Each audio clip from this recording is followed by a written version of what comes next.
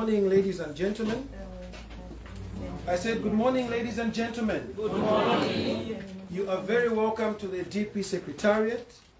My name is Mwanawina Kwivisa, and please feel very welcome. This is your place. The program will proceed as follows. We are going to start with a prayer, and Madam National Secretary, who's giving us a prayer? Reverend Yerenda, please come forward so that we start with a prayer. Shall we close our eyes and pray? Father, we thank you this morning. We give you glory and honor, because every gathering that is for the betterment of a people, community, and nation can only be sanctioned by you. And here we are this morning, Father, gathering together in this place. Oh God, we pray that you guide us, you lead us. And thank you for this moment. We ask of the wisdom, we ask of the power, direction, and your presence. This we pray in Jesus' name. Amen. Amen. Distinguished ladies and gentlemen, we will proceed with the national anthem. Madam, please lead us with the national anthem. Stand and sing, O Zambia, proud and free, land of work and joy in unity, victors in the struggle for their right. We've won freedom's fight. Oh, I'm strong and free. One land and one nation is our cry. Dignity and peace needs Zambia's sky. Like a noble eagle in its flight, Zambia, praise to thee. Oh, I'm strong and free. Praise be to God. Praise be, praise be. Bless our great nation. Zambia, Zambia, free men we stand under the flag of our land. Zambia,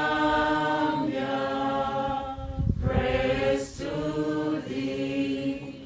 Oh, one strong and free. You may be seated. My name is Mwanawina Kwivisa. I shall be moderating today's proceedings, and we are cognizant of the time, and we will go right in. It is my honor right now to ask honor the Vice President to come and invite the Democratic Party President, President Harry Kalaba. Her honor.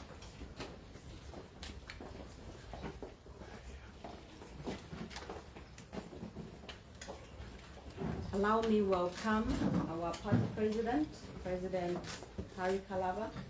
You are welcome, sir. May I also take this opportunity to welcome our National Secretary of the Party, DNC members present, and also a big welcome to you, our fourth estate. We thank you for the work that you're doing for Zambia. Thank you for the work that you did during the elections. And obviously, elections have ended. We're going forward as a country. Thank you for coming. Today, as DP, we hold our first press briefing after Zambia went to the polls. And there are pertinent issues that we feel that needs to be addressed. At this particular moment, allow me welcome President Harry Kalaba to come and address the press.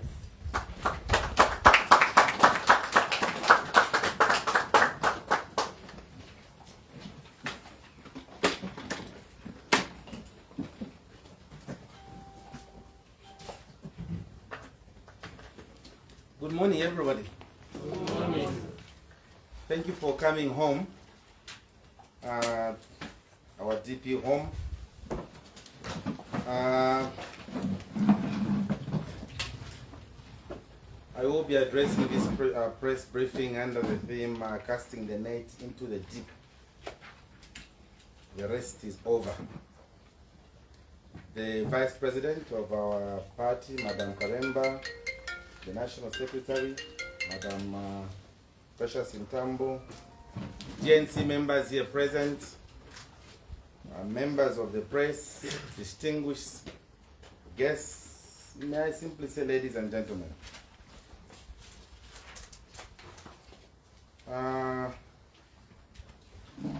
Before I go ahead to maybe go through the statement that I'm about to give to you, we have made some changes as a party in the hope to enhance our operations, in the hope to prepare ourselves adequately for the elections that will be coming in 2026. So we'll be talking less and we'll be seeing more of action from our end as a party. For today, I would just want to announce that we have brought in Honorable Chavi Jewis. We brought him in the Democratic National Committee of our party. And at the same time, we have asked him to play the role of National Secretary of our party. And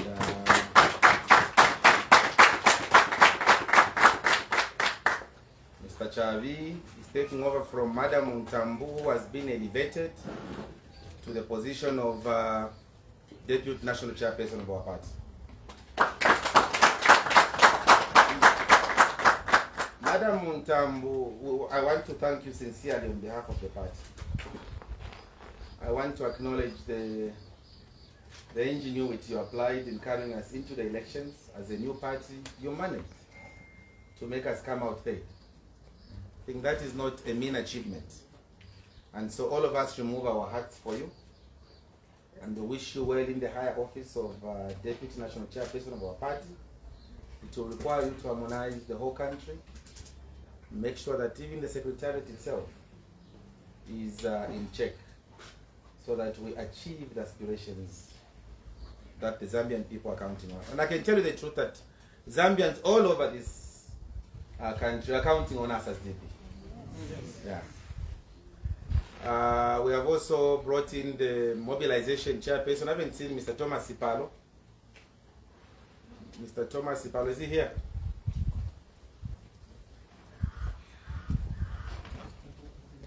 Mr. Thomas Sipalo will join us in the mobilization team as well as our deputy national mobilization chairperson there. Countrymen and women, today marks exactly 1 month and 1 day since the elections were held and the people spoke decisively to retire the PF government that has grown distant from the will and wishes of the people. Where is Honorable Chan? Yes, sir. Honorable Chan, maybe people know you. So this is Honorable Chavi, our new National Secretary. I remove it.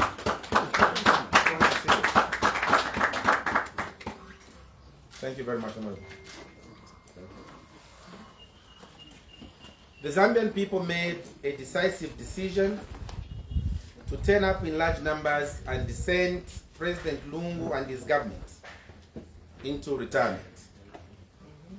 While some of us had foreseen the impending downfall of the PF government on the basis of their failure to realize that the people of Zambia had grown tired of their passive posture and failure to address the challenges the Zambian people were faced with, it was equally a bittersweet moment to see a party that was founded on the sweat of the late Michael Chilufya Sata, may he so rest in peace, being defeated in a decisive and extremely humiliating way.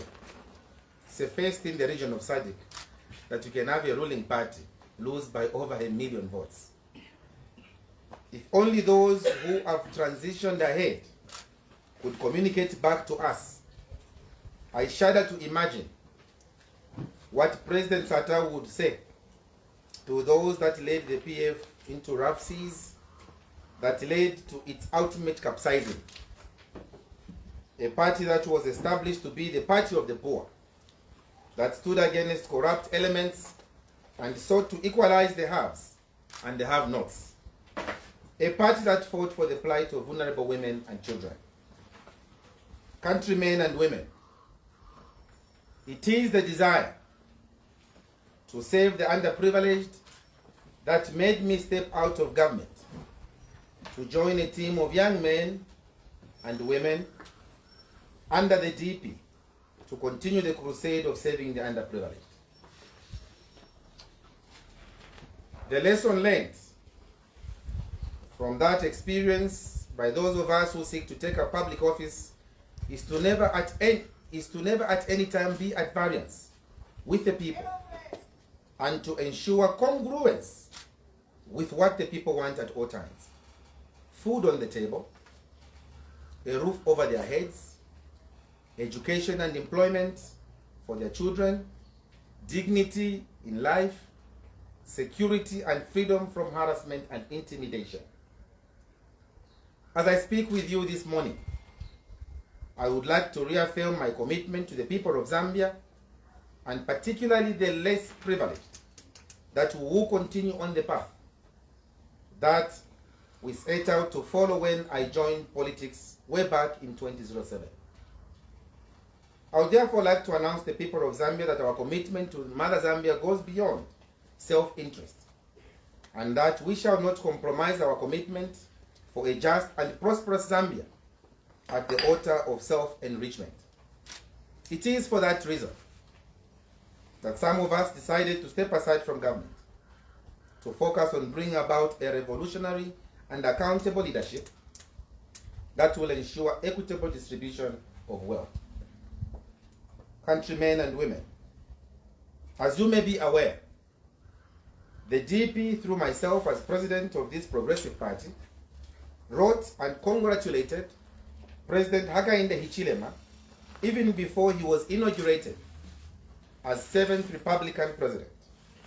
We also stated to the nation that as a party, we shall continue to hold the head of state in check and ensure that he upholds the Constitution that he took an oath to protect against all enemies, foreign and domestic. The DP takes the responsibility of holding the president and his team accountable. But while we do that, there are also areas which will be on hand to provide guidance if need be. Comment on some of the areas that we feel the government is delivering in line with the aspiration of the people of Zambia. It is our considered view that the people of Zambia are looking to see in the DP a government in waiting that will provide constructive criticism that is aimed at uplifting the welfare of the citizens, and not just a critic that does not provide credible solutions. In this regard, we are happy to state that in his speech to the National Assembly, the President undertook to review the Public Order Act. This is a piece of legislation that requires immediate remedy, as it has potential to plunge the country into a police state. We need to have responsible and professional police that protects all citizens, regardless of whether they belong to the ruling party or not. The police should help in enhancing the institutions of governance by ensuring that the rule of law is upheld and that all the citizens enjoy their rights. The statement, therefore, by the President to ensure that the Public Order Act is reviewed is worthy of commendation. And I know that the President, like all of us, has suffered at the hands of the Public Order Act. He has been tear-gassed like we have been tear-gassed. And I know that he will not want opposition leaders like ourselves to go through what he went through. And that is why we commend his bold step of bringing it up in Parliament, and he must know that he has our support on this particular agenda. On the other hand, we still remain concerned that while the President has made pronouncements and denounced cadreism in the country, we still have some cadre elements in the country that need to be addressed. We are aware, for example, that some bus stops and markets still have cadres demanding levies to be paid, save for the fact that they have opted to stay out of political regalia and thereby eluding detection. We would like to call upon government to ensure that no party is allowed to have a party office in any market or at any bus stop, as these create an opportunity for them to start collecting levies from marketeers and drivers respectively. Trading places must be depoliticized and free for everyone, regardless of their political affiliation. We are also aware that some UPND cadres pounced on the Balmoral State Farm just yesterday, the 12th of September 2021, and started demarcating and allocating plots at this farm, which is at the heart of the country's veterinary research. If such issues are not put in check, we shall find ourselves dealing with the same challenges that we had under the PF government. Our recommendation on the issue of cadres, and not only cadres in the UPND, it is cadres also in the PF. Our recommendation is urgent provision of employment or redeploying them into the Zambia National Service for rehabilitation, but also to enable them learn life skills that will allow them to be reintegrated into society. Our fear is that if no solution is found, we shall see a spike in criminal activities in the country. And therefore, the DP manifesto is very clear. We have said that had we been voted into government, we are going to get cadres and take them into life creative skills. We would have allowed cadres to begin working in ZNS, put them in various fields according to their skills, train them in various skills, and use them in productive centers. We would love to see that from the UPND government, if they would sit down and do a plan on how they can absorb most of these cadres into ZNS. In fact, if you ask Dr. Kaunda, may he so rest in peace, ZNS was created precisely for that. We spoke about this just when we first congratulated the president, that it's important for cadres to be absorbed into ZNS. We have the master plan of how we could have done it, and if there are any issues that government would want to know, we are here as DP to provide that platform so that the country moves and makes progress. We are also cautiously following the president and his government on some of the campaign promises they made, and we'll call them out when we see a departure from those promises. For this reason, we would like to mention that, I would like to mention with concern that we have seen a toning down on the promise that the UPND made of providing free education from primary to university. In his address to the National Assembly, the President alluded to deserving participants, beneficiaries in the bursaries, which sounded like a departure from what was promised during the campaign period. We are yet to see how the President will balance that and come to the fore and guide the nation. As we have said, as Democratic Party, we'll be patient. They say a voucher is a patient bed. We'll be patient, and so don't worry when you don't see us every day yapping and talking at all. We will allow the UPND government to settle. Let them settle, and once they settle, we are going to see whether what they told us is at variance with what they are doing. So you cannot just wake up today, you marry a couple today, and a week later you are saying, those people, there's nothing happening in their home because there is no child in there. Give them time. Let us see. I mean, let us not be prejudicial. Countrymen and women, for us in the DP, time to relax and rest is long gone. Our goal from this point forward is to reorganize our party. And Honorable Chavi, that's why you come in, together with our Deputy National Chairperson, the Vice President, and everybody in the DNC, is to ensure that we reorganize the party. Even before we talk about mobilizing the party, we have to reorganize the party and be ready for elections. So don't just rush to be talking the talk, but let's first of all ensure that we are strong where we should be strong. that we are strong, and why we should be strong is on the ground. So for us in the DP, time to relax and rest is long gone. Our goal from this point forward is to reorganize our party and ensure that we participate in all the by-elections countrywide. This follows a resolution that was passed by the Democratic National Committee of the party to start participating in by-elections across the country, and therefore you'll be seeing and hearing more from the DP on this as we seek to participate as an equal contender in all the by-elections that will be held in the country. The DP will continue to champion the cause of the majority Zambians as we seek to call the country to order based on the following themes: reindustrialization of Zambia through manufacturing, arresting the economic fundamentals and creation of real wealth for Zambians, creation of employment for youths and women, creation of balance between the haves and those that don't have, restoration of hope for the people of Zambia and getting them to believe again, fostering unity of purpose, restoration of national unity, enhancing accountability in the institutions of governance, and creation of social protection for the vulnerable and underprivileged. The DP is concerned with the increase in cost of living in real terms, as prices have remained relatively constant, while the kwacha has appreciated by over 30% in the last 3 weeks. We would like to call upon government to take some interventions to address this anomaly, as it will not just push up inflation, but also push untold number of citizens into poverty.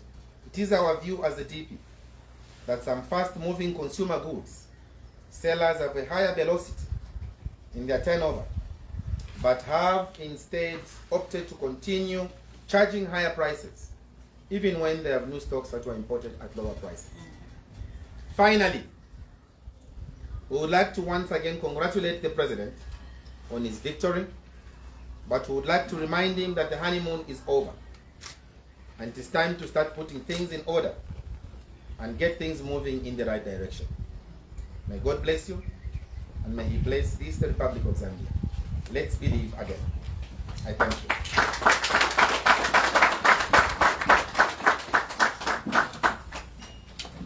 Ladies and gentlemen of the press, we will proceed into the session of questions. We expect a lot of questions. Ask them, and the process will be as follows. You please identify yourself by name and the house in which you, organization you're coming from. So we will take 2 questions from each. So we'll proceed with the 2 questions from each. So we'll take 3 questions. That will be 6. Then the President will be given a chance to respond. So I invite questions. Please introduce yourself. Who goes first?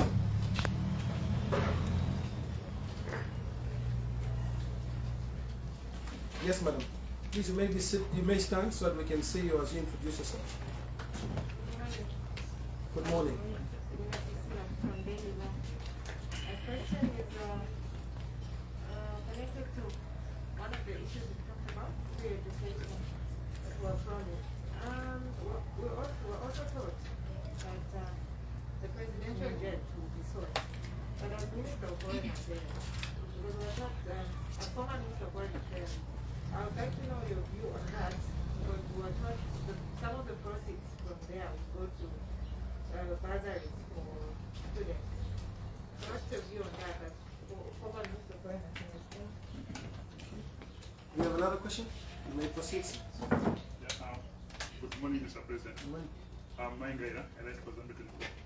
Kindly help us understand your views on the proposal to introduce the fast-track court to deal with the corrupt activities that took place in the previous, and also to handle the future corruption that will take place in the country. Do you think that is a progressive move, or it's another way of going to get back at other opponents? Do you have another question before the President responds? Any other question? Just in case you're hidden from my side. May I allow the President, as you ponder on the next question, to respond to the 2 questions from the President? The first question is on the selling of the presidential jet. Well, I think you will recall that the Democratic Party was the very first party to talk about selling of the presidential jet. Right? Yes. Yeah. We had said we were going to sell the jet when we win elections. That was our promise. And then we also heard that our colleagues in the UPND also realized that what we had put forward was a good idea. And they too said they were going to sell the jet. They have the opportunity to demonstrate what they said, and the proceeds be taken to where they should be taken. But for us in the Democratic Party, we were going to sell the jet, and we had said we were going to do the Lukulu Katunda road. That's what we had said. And our word remained as we had said it. Now, not only as Foreign Affairs Minister, as former Foreign Minister, the truth of the matter is that we are looking at our own political agendas, and if the UPND wants to hold on to that promise or to break that promise, that is up to them. For us as DP, we remember what we said and we will live to what we said. On the issue of the fast track court, I don't think, in fact, the fast track court is an issue that have happened a long time ago. The corruption fight in this country had become academic. It had become a laughingstock, and the ACC officials were walking in shame in this country. So I hope that dignity will be restored. Holding the president by his word, what he said in Parliament, that he was going to give political will to these watchdog institutions, the DEC, the ACC, and Zambia Police, and all those institutions. We hope the fast track courts will help to act as a caveat for those whose fingers are long and are interested in government coffers. Because I think we have made corruption in this country like a norm. And so we would want to see the Anti-Corruption Commission step up its works.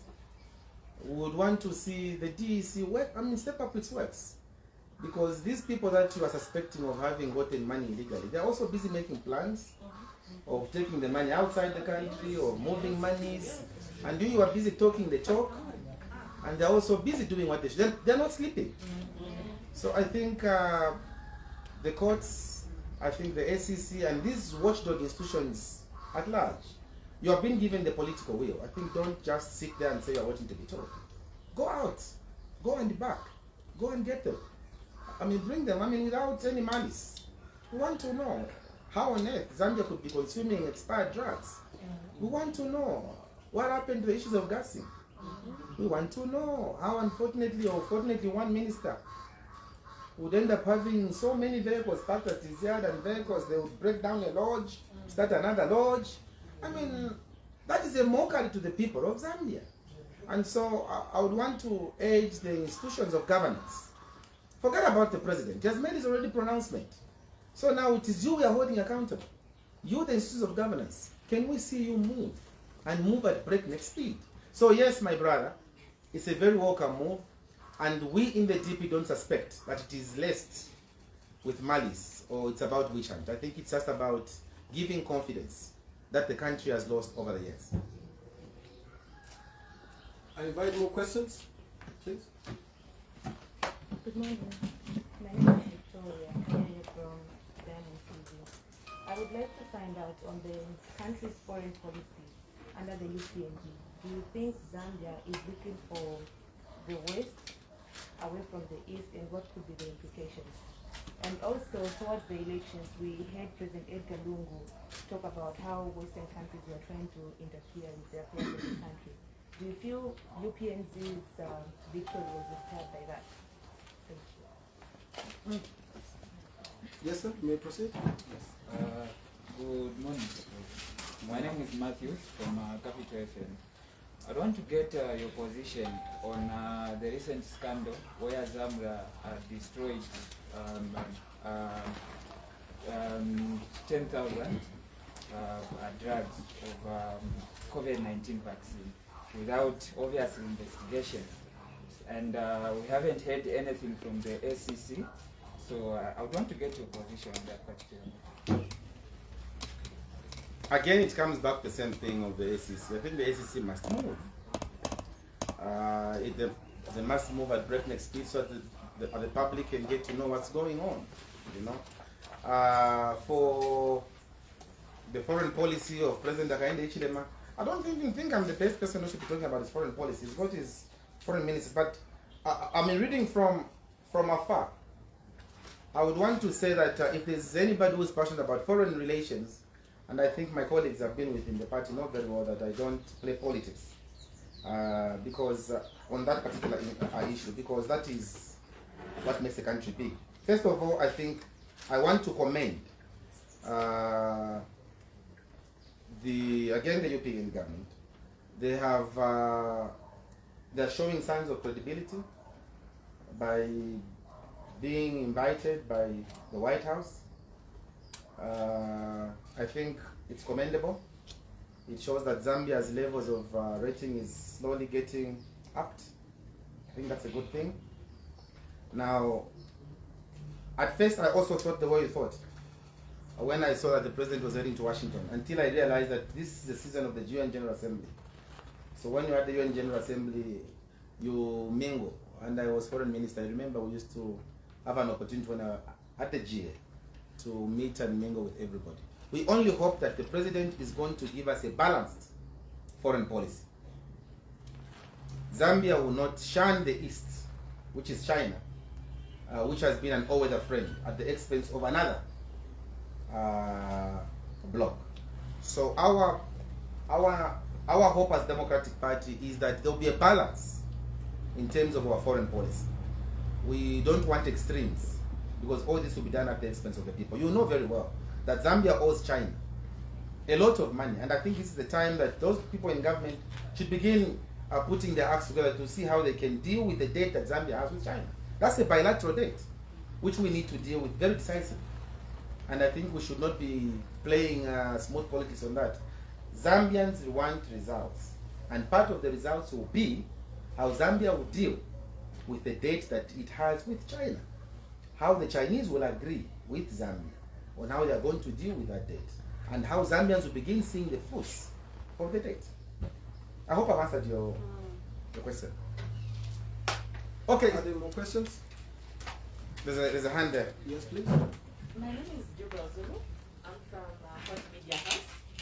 I would like to find out from you what you think. I know you said that you're happy with the UPND so far and some of the issues that they've tackled, but I'm more interested with the ministries that were there under the PF regime, like the Ministry of Chiefs, which was very critical, bridging the gap between government and also the chiefs. That has been abolished, and we have not heard from the UPND on the reasons why such a ministry like the chiefs and also the gender ministry has been abolished. I would like to get your take on that. I mean, first of all, I'll tell you that I don't want to sound like I'm happy with whatever I'm talking about. But listen, the abolition of the Ministry of Religious Affairs, colleagues will agree with me. What was our position on religious affairs? We said we'll do away with it. Yes. Why should I condemn something that the DP itself is advocating for? When we were speaking, President Hichilema was listening. And now I should say, no, why have you done that? That is our thing. You shouldn't. No. The abolition of the Ministry of Religious Affairs is in order, because Zambia is a democracy, it is not a theocracy. Yes. And in a democracy, my dear, we expect the institutions of the church and government to be separate. The Ministry of Religious Affairs in its entirety was not a bad ministry, but it was people who were presiding over it that made that ministry become toxic. They began using it for politics. They began offending sacrology. And in the process, Christians all over Zambia began feeling that they were being left out of that ministry. The Ministry of Religious Affairs even began giving out loans to churches. You remember that? Yes. All that was in the process of hoodwinking the people of Zambia. We have the 3 church mother bodies that have been dealing with our church affairs. The Episcopal Conference of Zambia, the Evangelical Fellowship of Zambia, and the Council of Churches. These have been dealing with our matters. In 1990, when we were migrating from a one-party state to a multi-party state, it was these church mother bodies that negotiated the way for Zambia to go into multi-party.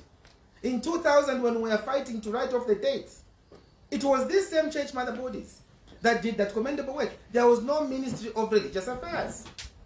So I don't even know why the hullabaloo about this thing of Ministry of Church Affairs, whatever it is called. I think for us in the DP, we want to see money saved. And abolition of that ministry in itself is not sufficient for us in the DP. We would want to see affirmative action. The church being given its rightful place in society. There is no country, there is no leadership that succeeds without acknowledging the role of the church. We believe in the DP that the church has to be involved in what you do. But to bring the church nearer, you know that in the Ministry of Religious Affairs, the Catholic Church even didn't want to participate in it. They refused it. So it became an institution that was dividing us instead of building us. So for us in the DP, we are happy that the ministry has gone. But the Department of Gender is a very critical component. I was talking to the Vice President this morning when we were doing the speech, we were doing it together with her. She was telling me, I think we need to bring up this point of women appointment in cabinet. I think, yes, there aren't many women appointed. And we expect the women movement to begin up speaking. The Vice President here is speaking for you. She's saying the women representation, I think there were about, how many women were elected? It's 12%. Yeah, it's about 12%. 20. You know, and we only have about 5 in cabinet. I think the president could have done much better to bring up the number of women. And I hope that this is not the last cabinet is created. As it keeps changes in future, we want to see more women included in government. Because when Zambia signed that SADC agreement, we talked about gender parity, 50-50. Because the gender agenda is our Zambian agenda. And so we believe that women should take up their rightful roles.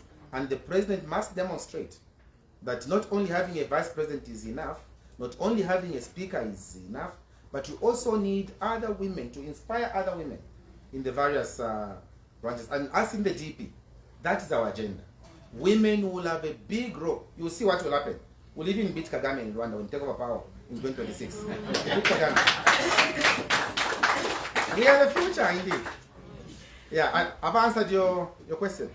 So the scrapping away of the Ministry of Gender, I don't think it is scrapped out, because remember that gender was... Yes, it's a unit. It's a unit before, yeah. so I'm sure it's under the... I don't know, but I think we would have loved to have that ministry. Us in the DP would have loved to have that ministry be a standalone ministry, so that women can feel that their matters are not being underplayed. Culturally, women have suffered a lot, and they need to be assured and reassured every day. Ministry of Chiefs, I recall when I was a civil servant in my former days, in my former life, that the Ministry of Chiefs was a department under local government. I want to believe that the Ministry of Chiefs remains critical, affairs of chiefs remain critical, and we in the DP would have pronounced chiefs in a different way. In fact, chiefs are holding land in this country, and to just throw them in the manner that we are seeing probably could have been done differently. Us in the DP would have maybe escalated it if we didn't want it to be a ministry. We in the DP have said that the Vice President is also going to be the Minister of Chiefs, so it should combine those roles for chiefs, traditional affairs, gender issues, because the Vice President is second in command. So matters of that nature, we in the DP believe that they will receive ultimate attention when they are being addressed at that level. Thank you. Are there more questions? Anything that has come up that the President has not addressed or you feel the nation needs to hear? Any questions? Going once? Any questions? They're done. All right. Thank you so much, Mr. President. We have heard you. I'm sure the nation has heard you. May I ask that through the VIP that you may leave and Go back to my office. yes. Oh, okay. I've been asked to get out of here. Thank you so much, colleagues. Members of the press, please give us 5 minutes. All DNC members are also asked to remain and meet the President. So for the rest of the distinct